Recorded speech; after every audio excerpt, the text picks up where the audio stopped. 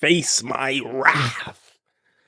I mean, you feel me? I feel as if everybody had that one period in their life where they were just crashing out at any moment. They just ready to go.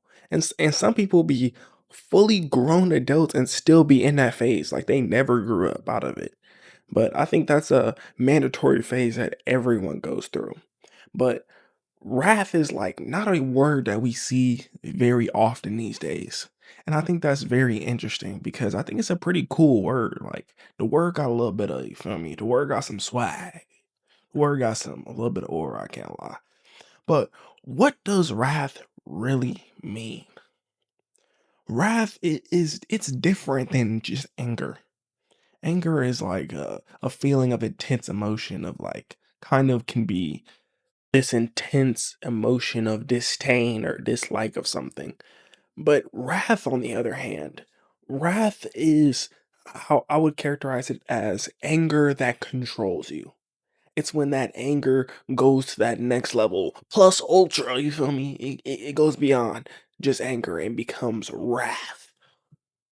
This is day 5 of 7 deadly sins in 7 days. You already know what's going on, man. We already covered envy. We covered sloth. We covered gluttony. We covered lust. And now we're on to wrath, the sin that explodes outward. So, quick story. Growing up, I was a crash out. I can't lie. I can't lie. I was a crash out. Every time I felt disrespected, I'm crashing out. Every time someone said something smart to me, I was crashing out. Every time I didn't know how to express a feeling of like, oh, I was sad, I was frustrated, I felt as if I couldn't communicate myself. I would just transmute it into anger and act upon the anger, transmuting it into wrath. I was just a professional crash out. What's crazy about that time of my life is I thought anger was associated with strength. I thought when someone was angry and when they were doing something and imposing their strength and imposing their will on someone else, that was strong. But boy, was I wrong. Spoiler alert, my fault. But I also thought that like crying was associated with weakness. And a spoiler alert, that may not be the case either. But quick example. So, as some of you guys may know, I be hooping a little bit. I play basketball, you know what I'm saying? But when I was a youngin', when I was a little twin or a little jet, you feel me? And I was just hooping and I was playing organized basketball. Anything that was going wrong, I was crashing out. Somebody hacking me, yup. Now we got beef for the rest of the game. A ref missed a simple foul. Oh yeah, I'm getting a tech. I'm not gonna lie. Now that I'm thinking about it, I was probably getting at least a technical a game. Probably at least one technical a game. Like that was an average game for me. And what's crazy is as I look back, it was anger hiding bigger emotions. Like I wasn't able to properly regulate the big feelings I was feeling, so all I knew how to express them as that I thought was socially acceptable was just wrath and anger, or acting on my anger and making it wrath. But what's interesting is anger in itself isn't a sin. The sin comes when wrath enters the picture, when the anger is acted upon in, say, a non-justified way. So I'm gonna quote the Bible real quick. Like I don't, I'm a Christian guy, but I don't use generally like quote the Bible often in my videos at least. But the Bible says, "Be angry and sin not," or something along those lines. Don't like if I misquoted that, my fault. But it just goes to show that it's okay to feel those feelings of anger, but what it's not okay to do is to not have that self-control or to just let that feeling, that anger guide you. You know what I'm saying? Like wrath is uncontrolled anger. Like when you decide to open the door and step out of the driver's seat and let anger just start pushing the whip. That's the problem. This leads to revenge. This leads to destruction, destruction of yourself. And This react first, think later method of life is not the move. Uh, ask ask anybody in jail. There's tons of people who act first and they were like, "Ah, geez, maybe I could, maybe it wasn't that deep." You know what I'm saying? Maybe just perhaps that wasn't the best course of action. Maybe my ego being slightly damaged, bruised, or hurt because of what someone said or did isn't worth the repercussions that I now have to face due to my actions because I decided to act off of my anger. And this losing control of yourself is what generally causes majority of issues. And we see it so much in our society today. Boom, quick examples. Road rage. Oh, I'm not gonna lie. So boom, I'm driving to work this morning. And so, I'm driving all the way in the left lane. And it's a lot of traffic. It'd be a lot of traffic in the morning. I guess other people gotta work and stuff. But I'm driving in the left lane.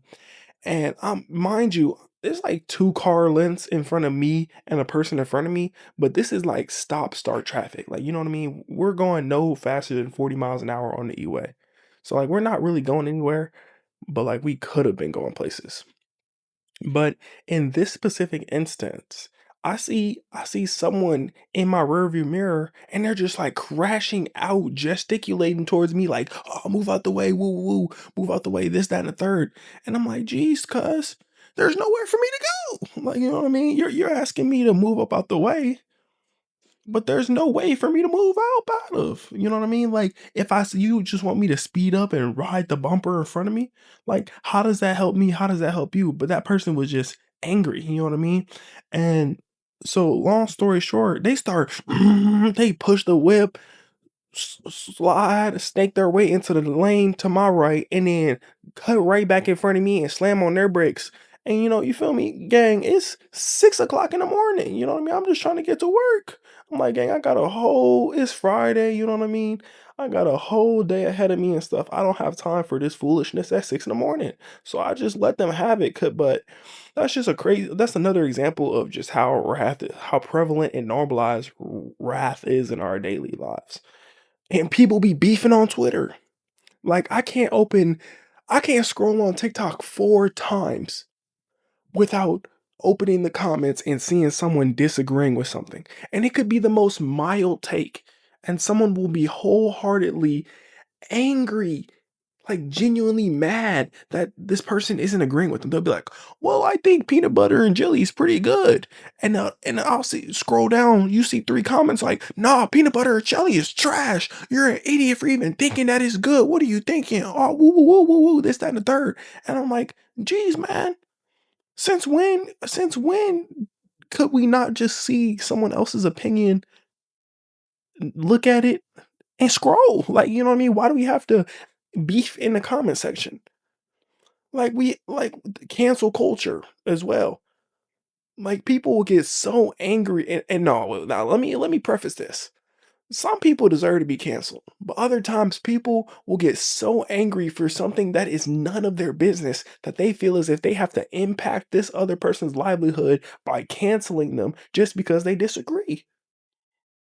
And there's no shortage of people getting angry all around the world. And you can see this. I can't scroll on Instagram 4 times without seeing people duking it out in the Waffle House, fighting on the street, throwing punches at the club.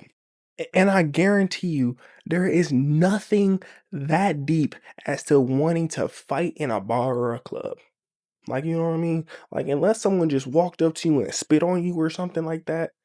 What are y'all beefing and y'all throwing hands at the club like everyone knew? Oh, you bumped into me. Hey, watch it, pal.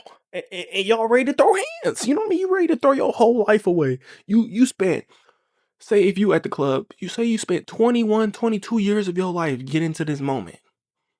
All the good choices you made, all the late nights you studied and did homework, the job interviews you did and stuff, and you just ready to throw it away because someone bumped you and you accidentally spilled your drink.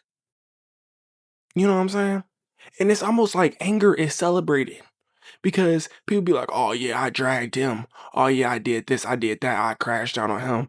And people be like, "Oh yeah, you showed him for sure." And I'm like, "Gang, like, are you sure that this is the flex you're making it out to be?"